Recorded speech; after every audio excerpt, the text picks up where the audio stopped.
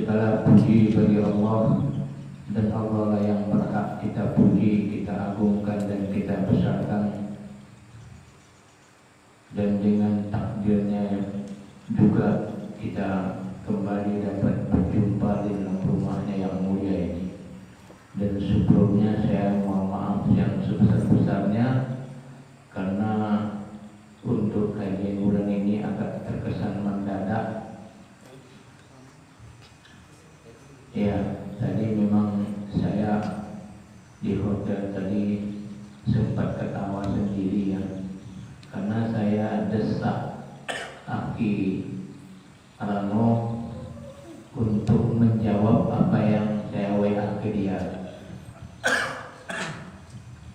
Saya cakap dengan bahasa Melayu, kenapa senyap dia, kan gitu. Dia tak balas-balas. Saya pun heran apa masalahnya ini. Soalnya selama ini pun tak pernah saya ditanyakan bagaimana kabarnya gitu. Apakah memang kajian saya di pengadilan ini sudah diberhentikan sepihak atau macam mana kan gitu. Nah saya tak paham. Karena memang akhirnya tak pernah menghubungi saya, tak pernah chattingnya. Terus saya tanya senyap dia. Nah dia pun tak jawab. Nah tiba-tiba tadi sore dia katakan, Ustaz Afwan, saya baru keluar dari darat manen. Itu yang kadang-kadang orang kota ini tidak mengerti ya. Kita kalau biasa tinggal di kota merasa memang pokoknya link itu ada aja terus kan. Padahal kalau di kampung belum tentu ada ya. Kadang-kadang, kadang tidak. Jangankan jaringan internet, telepon aja kadang-kadang nggak nyambung ya kan. Nah itulah, di situ saya tadi ketawa sendiri ya. Kita memaksakan padahal akhirnya dia masih di darat manen katanya. Ya, jadi qadarullah harus dimaklumi ya. Tapi nggak apa-apa insyaallah. Semoga tetap bermanfaat. Itu satu. Yang kedua, saya juga minta maaf. Saya memang belum bisa dijadwalkan untuk minggu kedua itu. Ya, dan itu sama semuanya. Bahkan jadwal di Tembilahan pun sekarang berubah. Dari minggu pertama sekarang pindah ke minggu ketiga. Nah, itu dia kalau ya. Jadi kemarin itu kan karena ada penyusunan jadwal untuk ke hulu. Kalau ke hulu itu saya sudah ditetapkan akhir bulan, tapi juga tidak ditetapkan pas tanggal-tanggalnya. Jadi saya sendiri yang membuat waktunya. Ini sebenarnya rencana saya besok malam ini di pengadilan, besok di Belilas. Habis itu baru ke Matarbah. Terus lanjut ke Ranau. Tapi qadarullah kawan di Belilas minta waktu hari Ahad. Ya, hari Ahad. Bukan, saya mohon maaf, hari Sabtu malam Ahad di Belilas. Oleh karena itu saya putar dulu besok hari Jumat ke Matarbah dulu. Jadi jalurnya jadi berubah juga. Tapi sebenarnya itu bisa didiskusikan. Maksud saya kalau saya posisi memang di Tembilahan masih bisa diposisikan ya, bisa diinikan gitu, dirundingkan, dimusyawarahkan. Jadi nanti begini, insya Allah nanti kalau pas saya di Tembilahan ada lapang waktu, nanti saya kasih tahu lagi akhirano kapan saya bisa kesini ya. Nah, begitu saja ya. Tapi mungkin agak jauh-jauh waktu ini, agak mendadak. Jadi saya mohon maaf. Jadi makanya jadinya mendadak semua ya. Ya, kalau sekali lagi saya mohon maaf. Baiklah, Bapak, Ibu, ikhwati wa akhwati yang dimuliakan Allah, kita lanjutkan pelajaran kita, yaitu dalam bahasa Arab itu judulnya Hirsus Sahabat alal amali bisunnah wa tatabbutu biha. Sangat kuatnya keinginan para sahabat untuk dengannya atau tabayun dengannya. Nanti akan kita jelaskan tentang tabayun ini, karena kemarin kita sudah bacakan hadis-hadisnya tentang bagaimana para sahabat ingin betul mengamalkan sunnah Nabi SAW. Dalam beberapa riwayat yang sahih. Sekarang kita lanjutkan, yaitu saya ambil dari kitab Tamasuk di Sunnah pada halaman 35, yaitu paragraf yang paling bawah terakhir ya, di mana disebutkan oleh pengarang, wa kana Abu Bakrin Siddiq radhiyallahu anhu khalifatu Rasulillah sallallahu alaihi wasallam ahrasun nas alal amali bil hadis.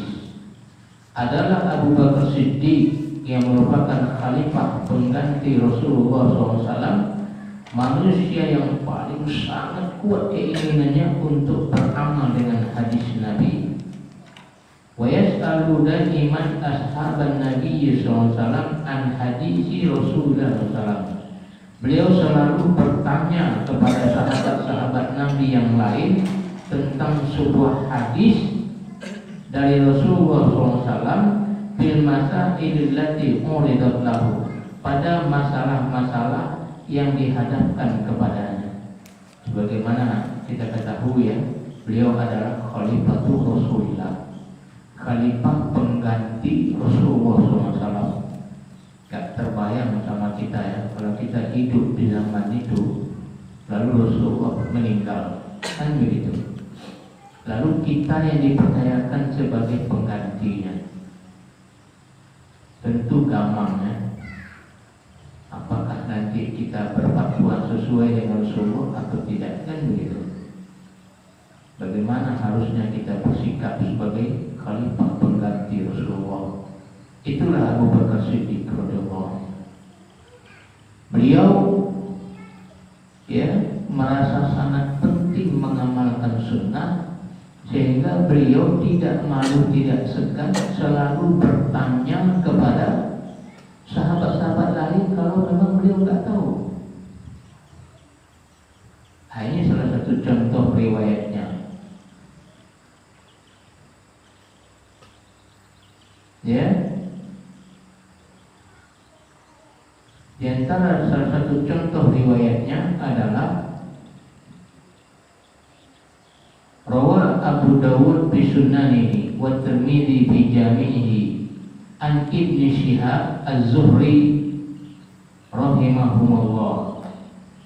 Diriwayatkan dari Abu Dawud dalam sunannya dan Imam Tirmidzi dalam jami'nya dari Ibnu Syihab Az-Zuhri rahimahumullah.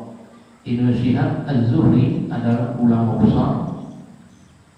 besar ahli hadis yang merupakan guru daripada Imam Malik, guru daripada Imam Ahmad, guru daripada Imam Bukhari, guru daripada Imam Muslim dan imam-imam ahlul hadis. Dan beliau sangat tinggi ilmu hadisnya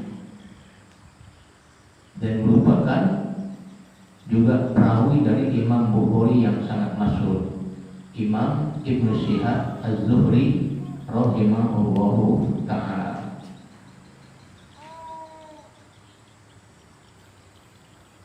Beliau an Qubaisah, dari Qubaisah bin Zuraid qala, ya, dia berkata, ja'at jaddatu ila Abi Bakrin Siddiq radhiyallahu anhu tas'alu mirasaha. Datang seorang nenek kepada Abu Bakar radhiyallahu anhu bertanya tentang warisan untuk dia, ada apa tidak. Kenapa nenek ini datang kepada Abu Bakar Siddiq bertanya tentang waris? Karena cucunya meninggal. Kemudian tentang pembagian waris di dalam surat An-Nisa atau surat yang lain tidak ada dalam Al-Quran menjelaskan warisan untuk nenek-nenek, tidak ada. Makanya beliau bertanya kepada Abu Bakar Siddiq radhiyallahu anhu yang menjadi khalifah waktu itu. Ya, Masya Allah. Nah, ini dia. Karena beliau khalifah, maka mestinya apapun yang menjadi sunnah atau ajaran hukum dalam Islam, mestinya beliau tahu, kan begitu. Makanya datang seorang nenek-nenek bertanya tentang warisan untuk nenek-nenek. Ada nggak jatah warisan untuk nenek-nenek? Karena dalam Al-Quran tidak ada. Ya. Lalu apa kata Abu Bakar Siddiq radhiyallahu anhu ketika ditanya demikian? Faqala laha Abu Bakar, ma ajidu laka fi kitabillahi syai'an. Kata beliau, pertama, saya tidak mendapatkan di dalam kitab Allah Al-Quran sesuatu untuk kamu.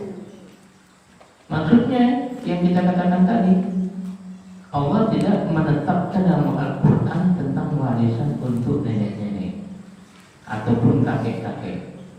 Tidak ada.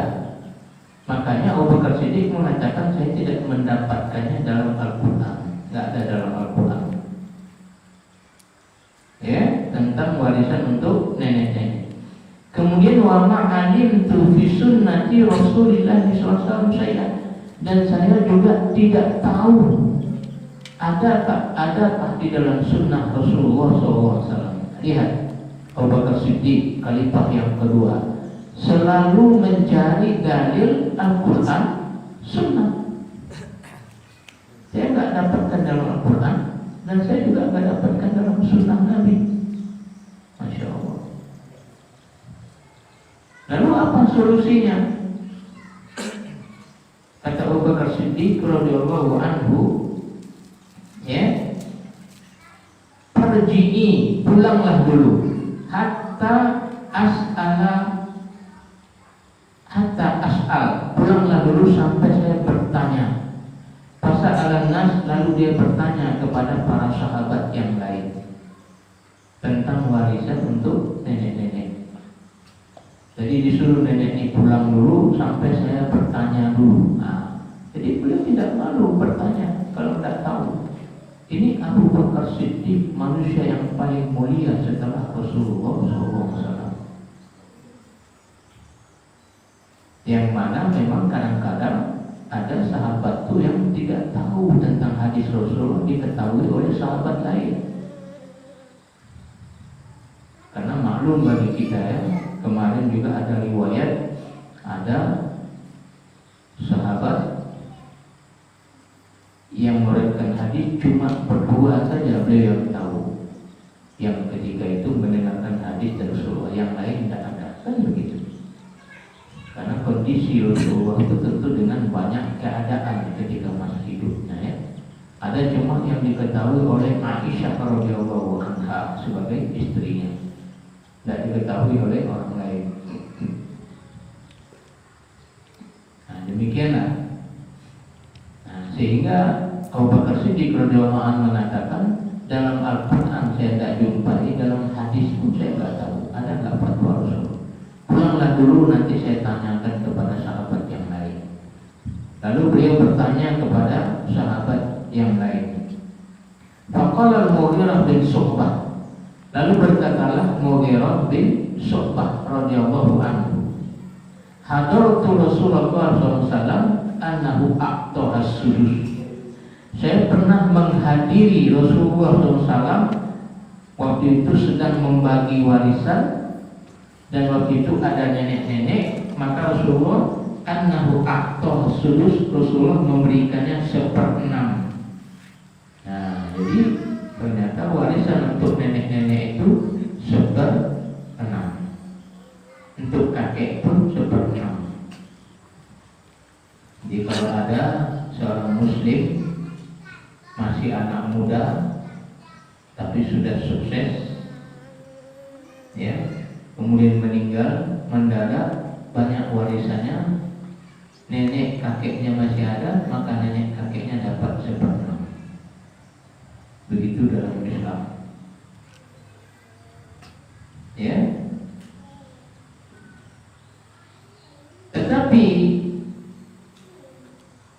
Bakar Siddiq radhiyallahu anhu hebatnya diantara karena beliau memang khalifah, dia nggak begitu percaya saja langsung dikatakan oleh satu orang sahabat Mughirah bin Syu'bah, tidak langsung percaya saja.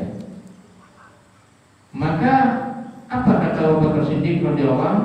Hal ma'aka ahadun, adakah sahabat lain bersama kamu? Ini yang disebut dengan tabayyun. Ini yang disebut dengan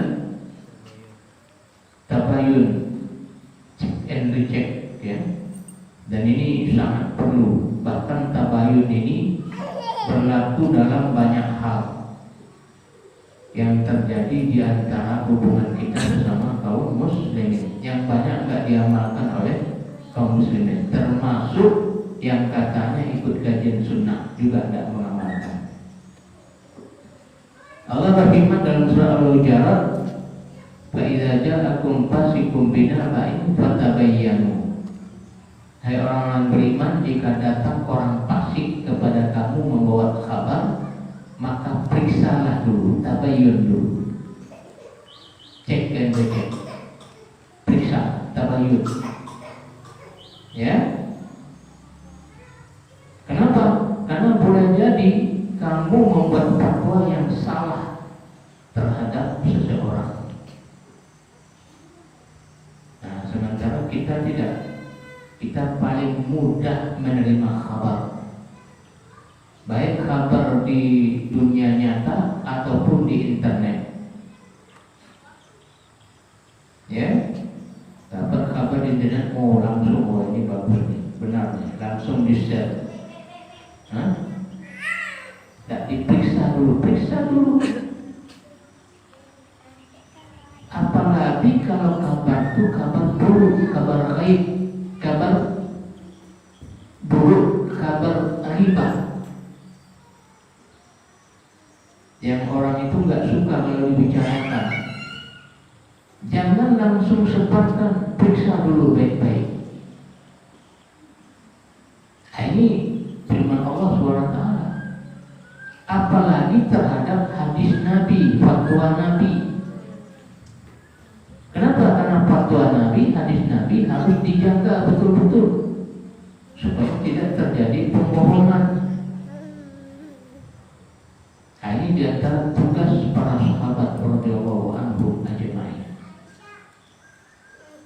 yang awalnya dilakukan langsung oleh Khalifah Rasulullah SAW, yaitu Abu Bakar Siddiq. Jadi ketika ada yang bertanya tentang ketika Abu Bakar Siddiq bertanya kepada sahabat lain tentang warisan untuk nenek-nenek, maka berkatalah Mughirah bin Syu'bah radhiyallahu anhu, salah seorang sahabat yang mulia, mengatakan dia melihat Rasulullah membaginya 1/6.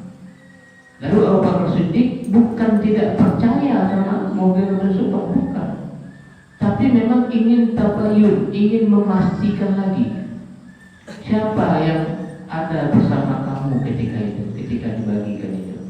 Ada nggak yang lain? Ya. Waqala Muhammad bin Maslamah radhiyallahu anhu, lalu berdirilah Muhammad bin Maslamah ketika itu, ya, wa syahida ala dzalika, dan bersaksi atas yang demikian. Nah, ini dia. Berarti yang mendengarkan atau yang melihat Rasulullah SAW membagikan untuk nenek-nenek 1/6 itu bukan cuma Mughirah bin Syu'bah radhiyallahu anhu, tetapi juga siapa tadi? Muhammad bin Maslamah radhiyallahu anhu. Dan dia bersaksi, dia juga melihat Rasulullah membaginya 1/6. Nah, jadi nggak sembarang fatwa, ya. Tidak mudah untuk membenarkan saja. Wa qala misla ma qala al-Mughirah bin Syu'bah. Maka dia berkata sebagaimana berkatanya Mughirah bin Syu'bah. Maksudnya Rasulullah membagi 1/6. Nah, sudah ada saksinya, sudah ada penguatnya. Lalu, ya, Fa'anfadahu Abu Bakar. Lalu Abu Bakar Siddiq radhiyallahu anhu menunaikan, baru dia laksanakan sebagai khalifah. Ketika ditanya tentang waris, maka dia harus menunaikannya. Baru dia bagikan harta itu ke nenek-nenek seperempat. Ya, setelah dia bertanya dulu, karena dia mengatakan awalnya saya tidak tahu dari Al-Quran dan saya juga tidak tahu dari hadis Nabi. Sampai saya bertanya dulu, lalu bertanya lalu berkata kepada sahabat yang lain, lalu disebutkan oleh sahabat Mughirah bin Syu'bah dan Muhammad bin Maslamah radhiyallahu anhu bahwasanya Rasulullah membagi seperempat, barulah ditunaikan oleh Abu Bakar Siddiq radhiyallahu anhu. Masya Allah, begitu para sahabat menjaga syariat yang mulia ini dengan hadis-hadis Nabi sallallahu alaihi wasallam. Jadi enggak sembarangan.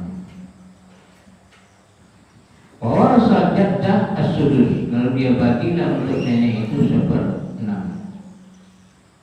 Yang diriwayatkan oleh Imam Abu Daud dan Imam At-Tirmidzi. Imam At-Tirmidzi mengatakan hadis ini hasanun sahih.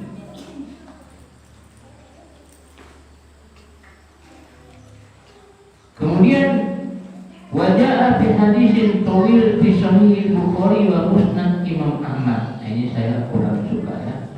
Saya lebih suka yang dahulu didahulukan. Jadi saya lebih suka membacanya. Wajah fi hadisin tawil fi Musnad Imam Ahmad wa Sahih Bukhari.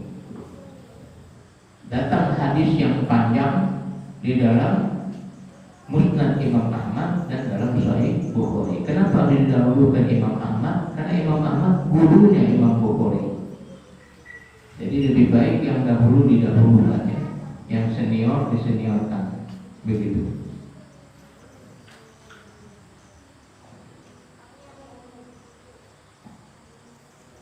Yaitu tentang apa? Yaqulu Abu Bakar Siddiq radhiyallahu anhu. Di situ berkata Abu Bakar Siddiq radhiyallahu anhu. Nah, ini perkataan yang sangat dalam sekali. Apa kata beliau? Lastu tarikan syai'an kana Rasulullah SAW ya'malu bihi illa amiltu bihi. Saya tidak akan pernah meninggalkan sedikit pun apa yang diamalkan Rasulullah kecuali saya amalkan juga. Masya Allah. Jadi Abu Bakar Siddiq ingin dalam hidupnya mengamalkan seluruh apa yang diamalkan oleh Rasulullah SAW. Mengamalkan semua sunnah-sunnahnya. Terus beliau mengatakan, nah ini yang kita tidak sanggup mengatakannya. Apa kata beliau? Wa ini aksha intartu syai'an min amri an azim. Dan saya khawatir jika saya meninggalkan satu saja dari sunnah Rasulullah, saya akan celaka. Ada yang berani mengatakannya? Ada yang berani mengikuti perkataan Abu Bakar Siddiq radhiyallahu anhu? Berani? Tidak berani ya? Nah, saya khawatir kata dia, kalau saya meninggalkan satu saja sunnah Rasulullah, maka saya akan celaka. Hah? Ada yang berani ya? Nah, ini Abu Bakar Siddiq radhiyallahu anhu berani mengatakan bahwasanya ya, saya takut kalau saya meninggalkan satu sunnah saja yang Rasulullah lakukan, lalu saya tidak lakukan, maka saya menjadi orang yang celaka. Na'udzubillah. Ya. Dan Abu Bakar Siddiq itu, alhamdulillah, dia nggak pernah menjadi orang yang celaka, nggak pernah menyimpang, nggak pernah murtad, nggak pernah lari dari Al-Quran dan Sunnah, nggak pernah lari dari Islam sampai akhir kehidupan. Setelah Nabi SAW, jadi kurang 10 tahun lebih ya. Begitu Abu Bakar Siddiq radhiyallahu anhu. Ya, selalu mengamalkan apa yang diamalkan oleh Rasulullah SAW. Nah, kemudian pengarang menyebutkan faka'annahu radhiyallahu anhu yatlubul ishhada ala qawli Mughirah bin Syu'bah wa doma aslan min usuluddin wa huwa tathabbut wa ta'aqqud min sunnati Rasulullah sallallahu alaihi wasallam afdhalus shalah wassalam wa taslim. Maka seakan-akan Abu Bakar Siddiq meminta persaksian dari perkataan Mughirah bin Syu'bah kepada sahabat yang lain yang waktu itu berdiri, Muhammad bin Maslamah radhiyallahu anhu, itu merupakan doa aslam min usuluddin. Dia telah meletakkan satu pokok dasar daripada pokok dasar agama. Apa itu? Yaitu at-tasabbut wa ta'aqqud atau at-tabayyun min sunnati Rasulillah SAW. Yaitu tasabbut, tabayyun, ya, atau ta'aqqud, meminta penguat tentang hadis-hadis Nabi SAW. Muncullah ilmu baru. Apa itu ilmu baru itu? Itu ilmu jarah wa ta'dil. Mari kita lihat terus bacaannya di sini. Wa min hadha tasabbut wa ta'aqqud zahara ilmu jadid wa huwa ilmu jarhi wa ta'dil. Dari tasabbut dan ta'aqqud ini atau tabayyun ini muncullah ilmu baru dalam hadis dinamakan ilmu jarah wa ta'dil. Ilmu jarah wa ta'dil. Jarah itu artinya melukai, ta'dil artinya berlaku adil, insaf adil. Maksudnya apa? Maksudnya di dalam ilmu hadis ada ilmu jarah wa ta'dil, itu ilmu tentang pemeriksaan terhadap sanad-sanad hadis. Siapa yang memulainya? Itulah Abu Bakar Siddiq radhiyallahu.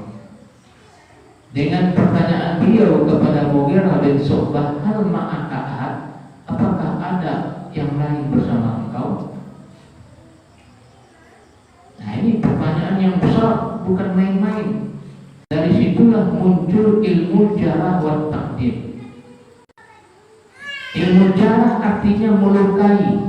Maksudnya ketika ada seorang rawi hadis atau orang yang menyampaikan sebuah hadis ke orang lain, diperiksa dianya, orangnya itu